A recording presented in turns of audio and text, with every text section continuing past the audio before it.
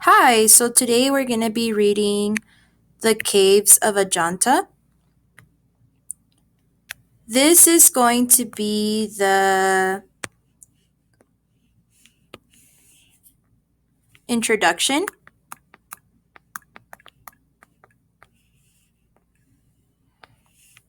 So if you are looking at your notes, this is going to be the introduction after you have finished the do now.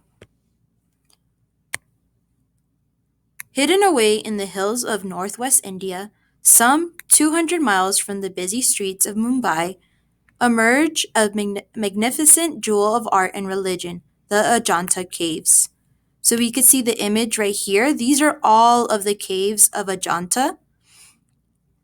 You can kind of see here the river that they go around. And here we could see one entrance, another entrance, and there's kind of entrances just scattered all around. Here's the inside of one of the caves. The caves cut into the face of a mountain, form a horseshoe shape around the Wonghar River. They are an example of one of India's unique artistic traditions known as rock-cut temples. Ajanta consists of 30 caves, each dedicated to the life of the Buddha. So horseshoe shape, it just kind of goes around like this. And then we have the 30 caves just kind of spread throughout. And they go in. Some of them are a square shape, some of them are like circles. They kind of just depend, and there are 30 caves in total. And they are all dedicated to Buddha. So we had before the pillars of Oshake, and now we have caves that are dedicated to Buddha.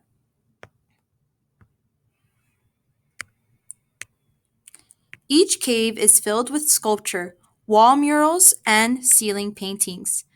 Though much of this site has collapsed, what remains at Ajanta has allowed a glimpse into the artistic traditions of ancient India. So we're still in India, and like they're saying, what is filling these caves is sculptures, wall murals, and ceiling paintings.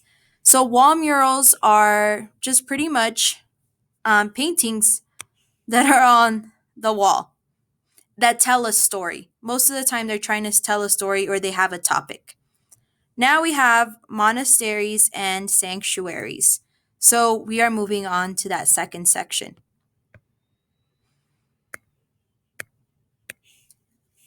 The caves at Ajanta date from the 2nd century BCE to 650 CE and were cut into the mountainside in two distinct phases. Discovered by chance in 1819 by British soldiers on a hunt, the Ajanta Caves have become an icon of ancient Indian art and have influenced subsequent artists and styles.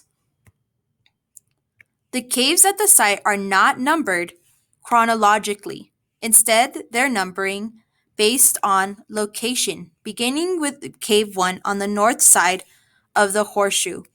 All of the caves at Ajanta fall into the category of Vihara, monasteries with residence halls, or Chitya Griyas, sanctuaries, stupa monument halls. Nevertheless, each cave has its own unique characteristics, making it difficult to write about the Ajanta as a whole. So the Ajanta caves were actually built from 2nd century BCE to 650 CE. That means they have hundreds and hundreds of years that they were building these caves, which means that eventually the style changes throughout time. They were discovered in 1819 by British soldiers, so they were not even discovered by people from India. They didn't know they were there for such a really long time until 1819 when some British soldiers were hunting and they came across them.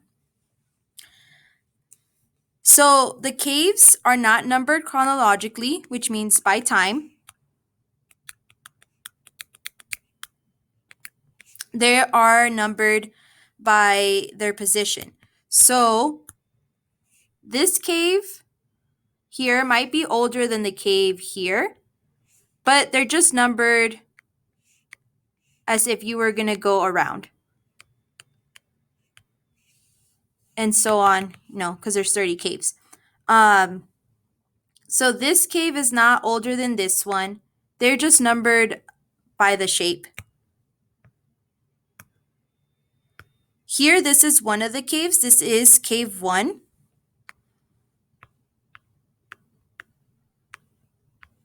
And as you can see, this one is a square shape. So if you were here, you're on the balcony, you would walk in, and you can go in, and there would probably be things to worship there. And then these are little rooms.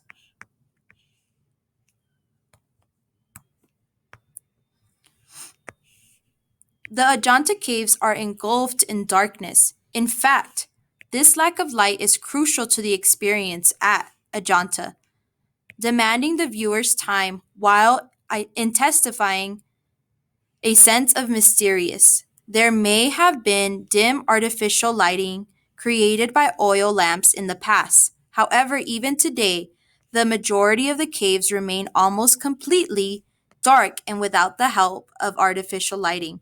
The caves remain in their original state. So they haven't really done a lot of work on these caves. They have tried to make sure they don't fall since they're carved into a mountain. So think of a tunnel.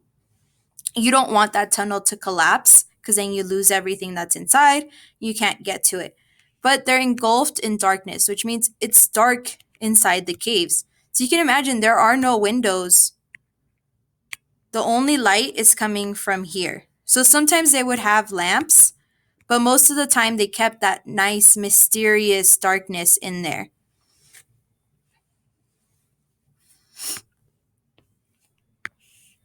Cave 1 is a magnificently painted vihara monastery filled with wall murals, sculptures, and ceiling paintings that date back to the 5th century.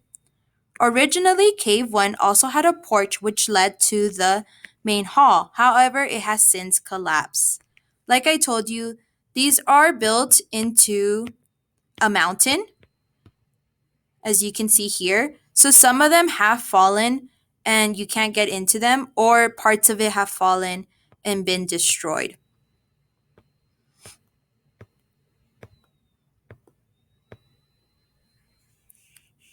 The main hall of Cave 1 is a square in plan with aisles along all 4 sides. Adjacent to these aisles are doorways leading to 14 small chambers. Cave 1 contains 20 painted and carved pillars. Above the pillars are reliefs depicting tales from the life of Buddha, Jataka tales. Located at the rear of the hall is a large shrine of Buddha. The walls were originally covered in paintings, but today there are only 9 surviving images, the most famous being the Bodhisattva Padmapani, which translates into one who holds the lotus. So if we look at this plan, here is where they would have those images. These little things here are the pillars that are holding everything up.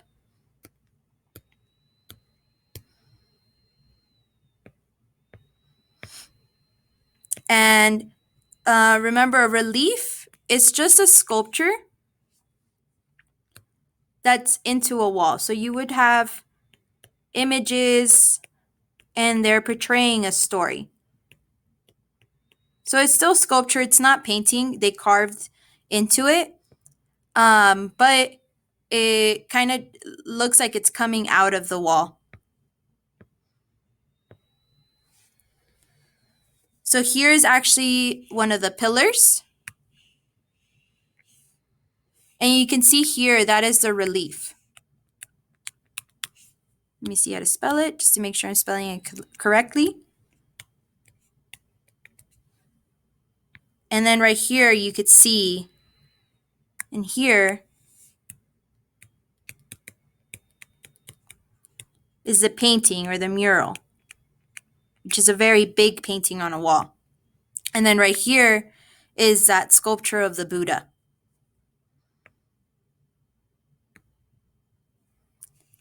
All right, now we're moving to the Alavodkisara. This painting can be found to the left on the main shrine. It depicts one of the most beloved bodhisattvas, Avalokitesvara. Sorry, I can't always say it correctly. The term bodhisattva refers to a person that has been awakened by the Buddhist spirit. According to Mahayana doctrine, Avalokitesvara postponed his ascension into Buddhahood until he assisted every being in achieving nirvana. Avalokitesvara takes the largest numbers of forms across Asia. Originally a masculine form, Avalokitesvara is also known as the feminine Gunai in China and Kuna, yin in Japan. So we know that Buddhism has spread from India. And then we're going to see how it moves into China. And that does mean that sometimes the figures like the Avalokitesvara, they might change gender and they might change how they look.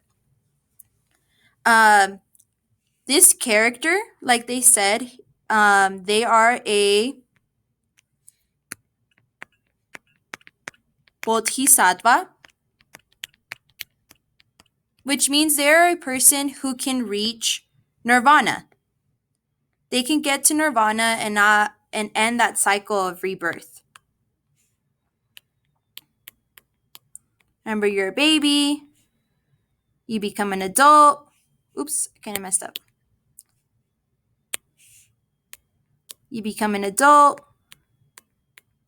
you grow old, you die, and then it happens over again. Remember, so this person can end that cycle. They could decide to achieve nirvana. But what they decide to do is they don't do that so that they can help other people reach nirvana. So because they can reach nirvana, they know how to teach other people. So they postpone their ascension into Buddhahood until they assist every being in achieving nirvana. So this Avalokitesvara can become like Buddha and become enlightened and end the cycle, but they want to make sure everybody else can also reach nirvana. So here's the image of that person. It's a little funny, but it's also amazing to think that this painting has lasted thousands and thousands of years.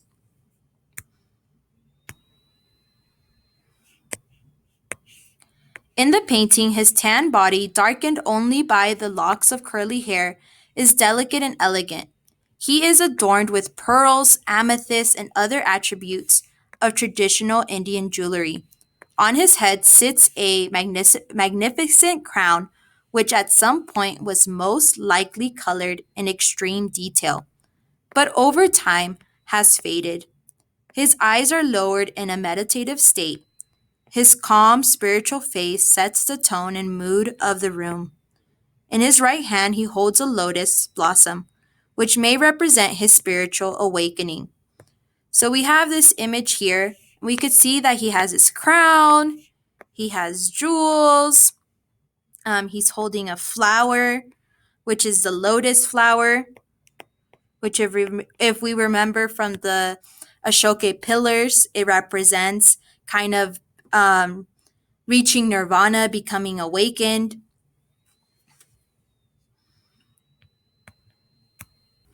And now we are on the ceiling painting. If you look up from the beautiful wall paintings, you see the geometric designs and motifs that adorn the ceiling. There are also images of peacocks, subtly decorated in blue paint made from lapis lazuli. One of the panels shows a decorative vegetable motif that looks similar to our modern day green bell pepper. In addition to this, there is a creature with bull's head whose body transforms into a swirling curvaceous lines that blend into the floral decoration of the next panel. So on the ceiling, here we have the cave, we have a wall painting, we have some motifs, some reliefs, and then we have the ceiling. And there are paintings there. People painted those ceilings. I mean, they almost left no inch of it not decorated.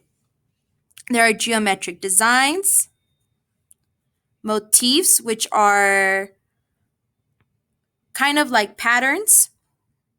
There's also peacocks that are painted lapis lazuli, which is a type of blue. There's vegetables that they painted onto these ceilings.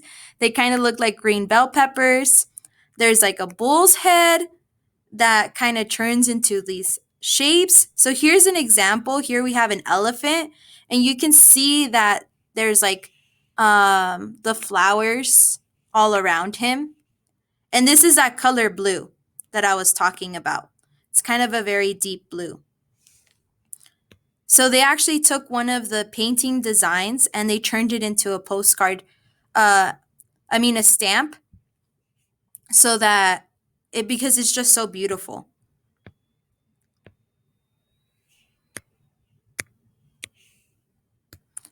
The ceiling paintings are so beautiful that one of the panels, which depicts a running elephant surrounded by flowers, was chosen as the official logo of India's Department of Tourism. The elephant is shown playfully galloping as his trunk swirls close to his body. The painting techniques at Ajanta are similar to European fresco technique.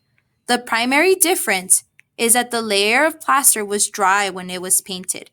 First, a rough plaster of clay, cow dung, and rye husk were pressed onto the rough cave walls.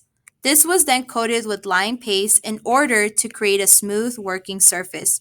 The dark outlines of the figures were then added, followed by a palette of only 6 colors.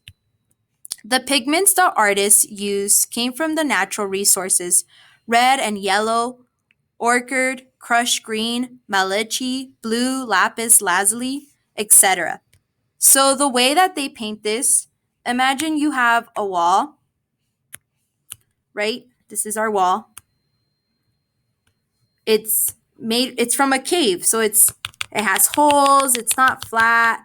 You're not really gonna be able to paint on that. So you might need to cover that to create a smooth surface. And if you've ever seen a video of someone constructing a house and you see them putting up drywall and then putting paint, is so that it's smooth, it's nice. And then from there, they're able to draw the figures that they want on the wall, and then they'll go in and they'll paint them. So you had a lot of artists and a lot of time going into these caves to make them look how they look. Just imagine, they didn't have all of the machines we have now. And there's people climbing these caves and having these tools to dig out into a mountain. So they're using a technique that's very similar to a European fresco technique. And so they might have had some trade, or some people from Europe might have come into India and shown them how to do this, or it was just a really good idea, and 2 different people from 2 different parts of the world learn how to use this technique to be able to paint on the cave walls.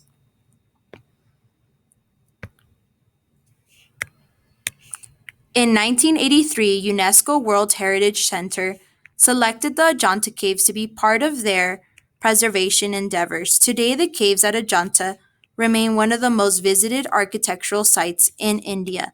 They are a living representation of one of the grandest artistic styles in Indian art and history.